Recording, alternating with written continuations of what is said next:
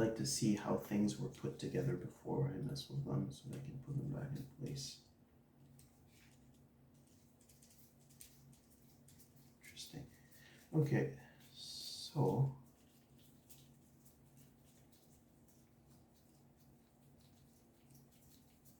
the grub screw seems to have a very small amount of, I don't know if it's Loctite or the equivalent. Very easy to remove. No issue whatsoever.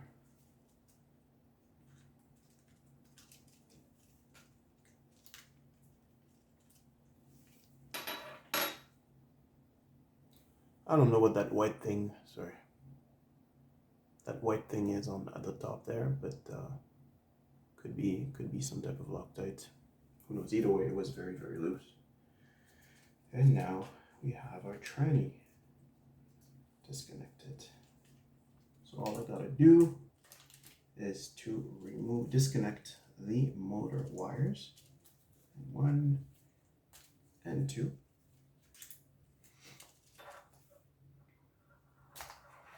So that I can go and play into this transmission. So let's see, what do we have here? We've got a bunch of screws here. I believe that if I take them off, all of them, the whole assembly will come out. My motor's screwed on properly. There's no issue. I know there's been an issue for others, but not for me. Also, I will remove the motor. The motor seems to be at 0.5 millimeter, actually 1 millimeter from the stem and 0.5 millimeter over the spur gear. So just something to keep in mind. I don't know if that's standard, how it's supposed to, if that's what this particular rig likes, but you know, just keeping that in mind. Oops.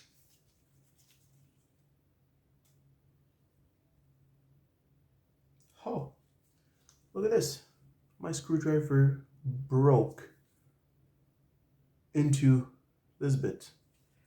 All right, guys, just give me 1 second. I will be right back. As if, huh. Oh, actually, it's already out. I know I said I wouldn't use the drill, but if I need to save on time because of the minutes that I've just lost, I will. Either way, the thing's already half broken, so not a huge loss. Okay, motor's off. In case you guys are wondering, 14 tooth and 32P. Let's do this.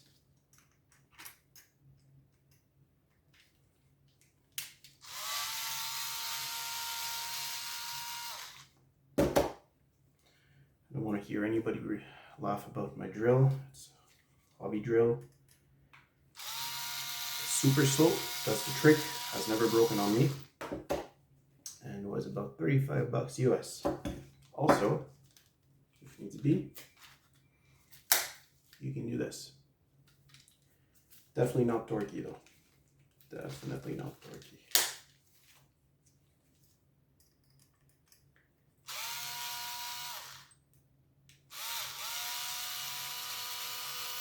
But it prevents you from breaking stuff, going through really soft Chinese metal.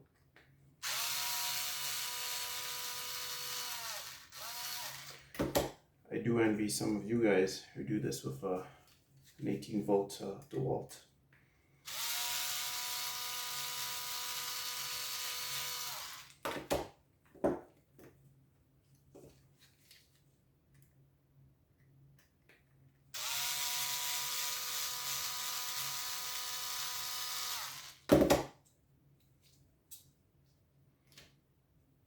Interesting. So this one's longer. I have to remember.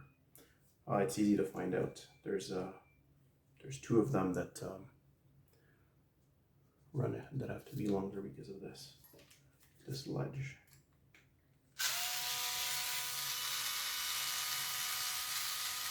Come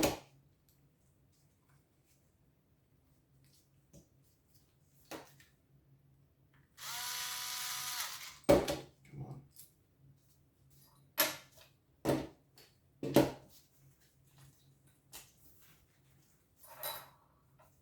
right, guys. Let's see.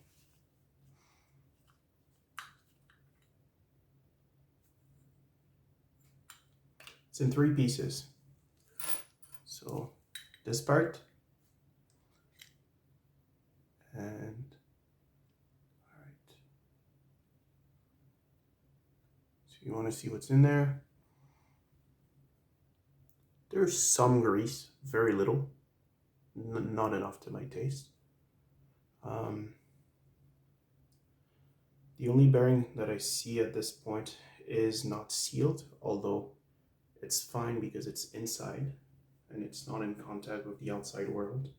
You really want to seal bearings with, you know, anytime you've got stuff that, you know, peeks its head through, has access to the outside world, like whatever bearing is supposed to be under there, you'd want this one to be sealed. So let's see.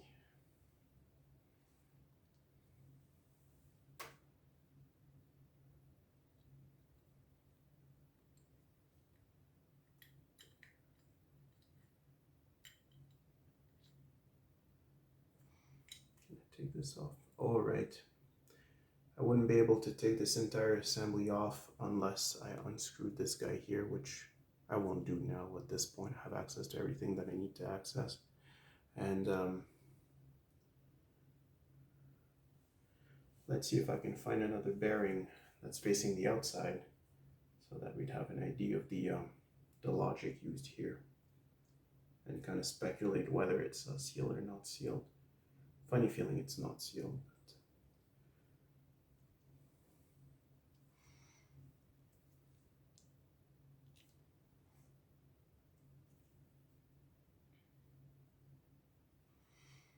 Okay.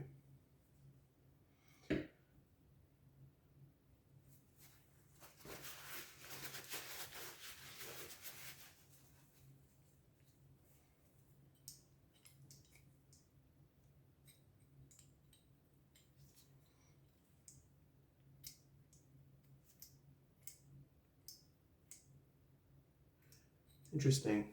Okay.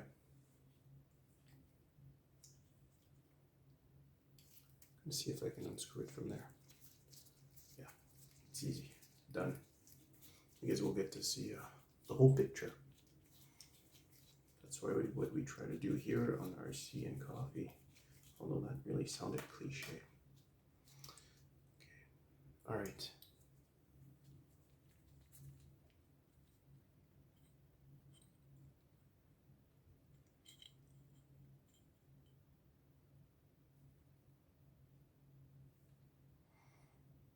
And the outside bearing is not sealed. There's yeah, I know there's a pin on top, but I can tell I'm telling you guys, you'll have to take my word for it. It is not sealed. Okay, so the way that the transmission works, you've got this lever here that's connected to the servo. Pulls basically up and down like this. And what happens is that the teeth that you see here fall into grooves. You can see it's actually the same grooves that you see here at the up front.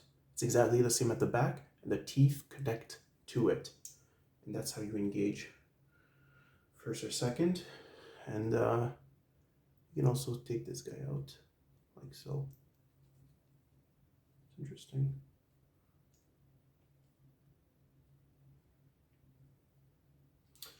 So I have heard that this is a point of failure. That's what I'm showing you guys. I can't recall exactly why. I'm just by looking at it like this, I don't see any weird angle. I don't see any you know, particular obvious issues with the way that this works. So we'll have to see. We'll have to do some more digging. There's one thing that I can probably suspect. Oh, I believe it was the servo burning up, not the mechanism itself. So maybe, okay, so knowing that this transmission has issues, it could be two things, mechanical or electric. I'm almost certain now that it's electric, and it is. If you have, let's see, there's this transmitter here that comes with the rig. It's a very it's a basic one used by RC4WD Drive, and I think Actual also use this in a lot of their products. It's a good transmission, but I would say if the issue is electric or electrical, it's a matter of endpoints, setting the endpoints properly. So I'm going to talk to my contact and my distributor, etc., try to kind of brainstorm on what could cause this ongoing issue with this transmission. But just looking at it like this, it seems it seems like it's going to be electric. A lot of times what I see with RC4 Drive products or JD models is that it's the spring inside, it's spring loaded, and the spring weakens after a while, and then your mechanism breaks. There's no spring in this one, so that's why I'm a bit puzzled as to why this would break. I really do like the fact that there's no spring. It basically puts the entire the onus on the servo to do a good job. But then again, if it's just a matter of switching this to another transmitter, most of us do have multiple transmitters, much better properly setting up your endpoints. Although you can send your endpoints on this one, that may solve the issue with regards to that. Now, just another quick peek at what I can consider points of failure. Again, you've got your plastic bumper mount here that, in my humble opinion, will fail. You've got your plastic bumper mount here at the back, which will also fail, especially if you replace those bumpers with metal ones, like most people do. The stress will be applied to the mount and not the servo itself. Although it has no, it's actually going to bend. Let's see. No, if this part here is made out of plastic, it would act as a fuse and prevent your bumper from bending from one side to another. So I guess it could be a good thing, depending on the part, the cost of this part, of course. I do like the fact that there's the RC4WD Drive logo drilled into this. I mean, it is cool, but it's also super light. Given the amount of metal that's in this rig, it's okay. It's not particularly heavy, I'd say. We would have appreciated rod ends made out of metal at this price, and we would have also appreciated, that no one came up with whatever weird engineering that piece is here.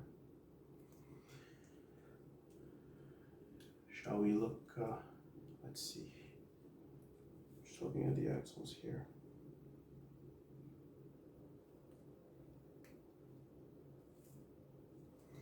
I guess we could probably,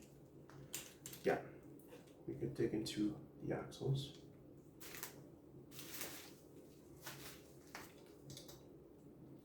Do I have the tool for that?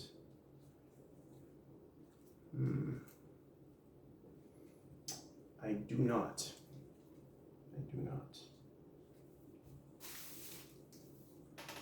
But I'm sure the kit provides something. Let's see. There's another opportunity to dig into this, because that's what we're here for.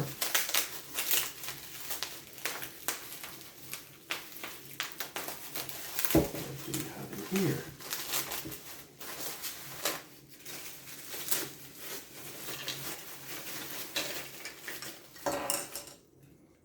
Nice charger with XT60. Neat. Is that a NIM? Yes, NIM with an XT60. That's new. Oh, that's great. That's all you need, really, for scale driving either way. 4 AA batteries. That's rare for this guy. Really appreciate that, RC4WD. Thank you. Honestly, if you could have done cost saving here and kind of redesigned some of the plastic and turned them into metal bits, that would have been appreciated as well. Slightly bent Euro plug for the charger. We'll need this. And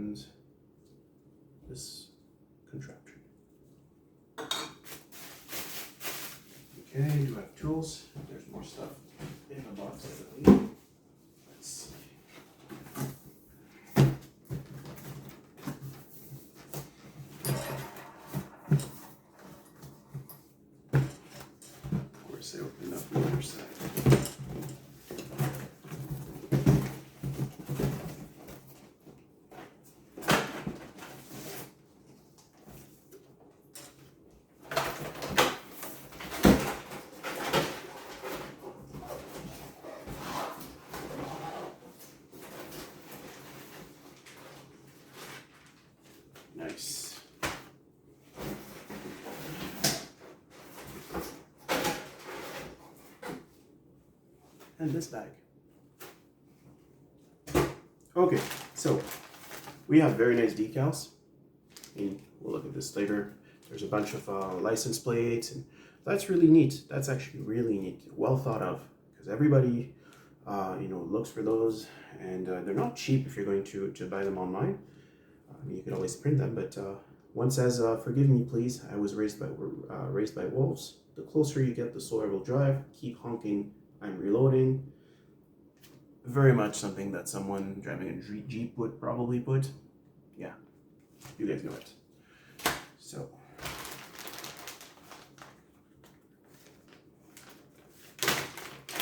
it's all love. I love Jeeps myself, but we gotta keep it real.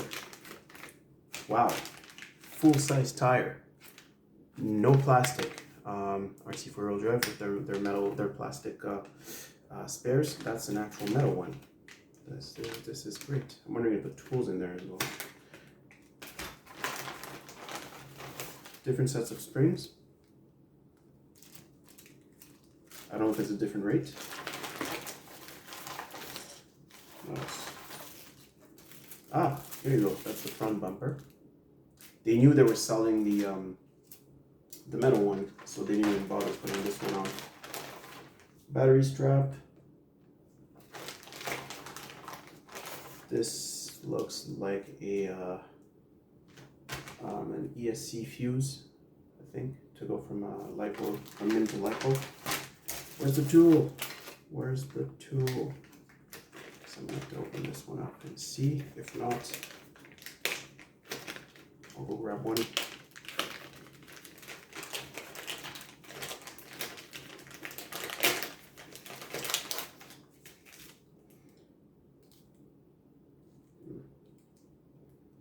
No, it's actually not a tool. It's simply a little contraption it's actually this, as a matter of fact. You see, it's this part here that you need when you have the spare.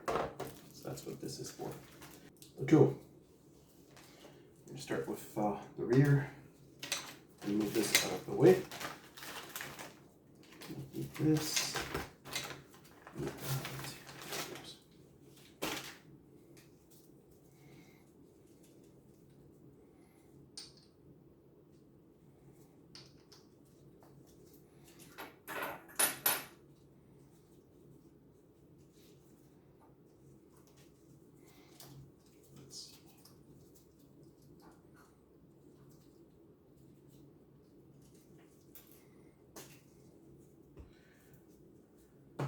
Here. And what else do we got?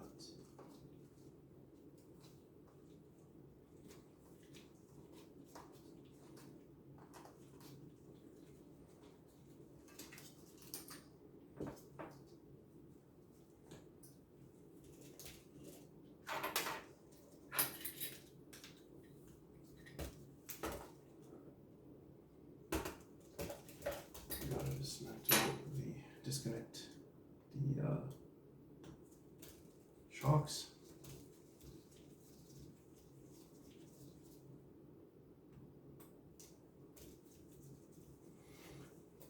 So far it's honestly fairly easy to work on this rig. It's nothing's really tight, right? So makes things easy. Alright, remember that when you remove the shocks, it comes with a little plastic spacer. Make sure not to lose this.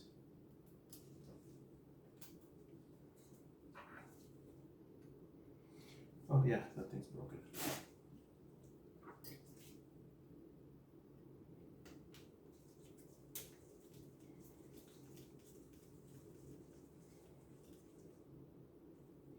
And the spacer comes after, between the screw. Sorry, between the shock and the axle. Okay, not before. So basically, screw, shock, spacer, then axle. All right, and now we just gotta disconnect it from the links. Although, as we noticed earlier, and the links one of the link is already broken, so it's making it almost easier. As a matter of fact, I'm going to disconnect the grub screw first.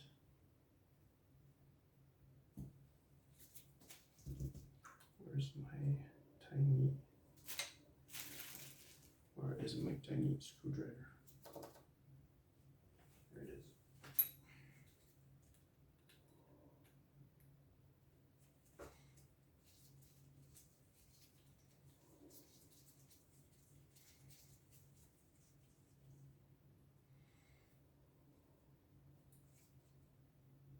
Grub screws are exactly the same. Doesn't seem to be any material that indicates the presence of Loctite.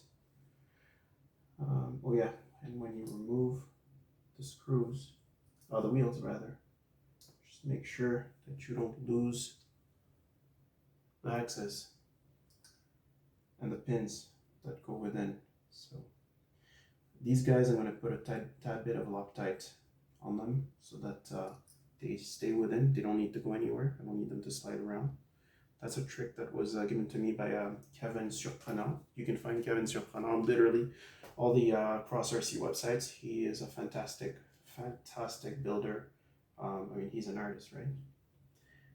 Oh, guys, this is amazing. I don't have a pin for this wheel. Great. See, I was talking about that literally 2 seconds before. So, all right. Jesus Christ, the gift that keeps on giving this rig. The question is not what I'm going to find, it's what I'm not going to find. But hey, I bought it. Right, so now it's time to disconnect the links from their mounts.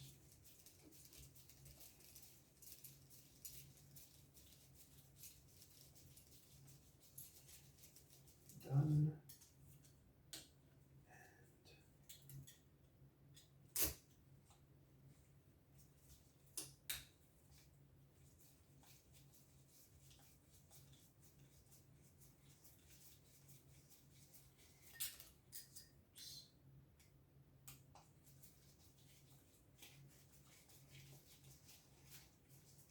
I have to hurry up. I've been in it for 53 minutes and I got 15 minutes and 13 seconds due to whatever's left in terms of memory.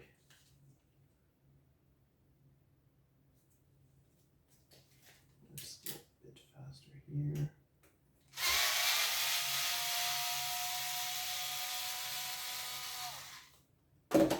Okay guys, shock is out. You see where that broke here? You see that part? You can see that it's going to be prone for breakage. There's so much flex on this thing. Is it metal? Wait a minute. Oh, that's plastic. There's no way that's metal, it's plastic. Yeah. And so the springs compared to those ones.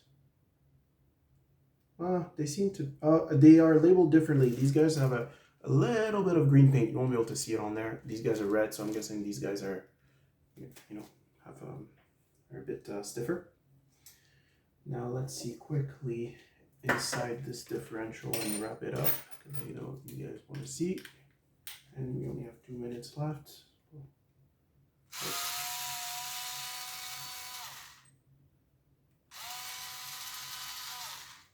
Tiny screws, don't lose them.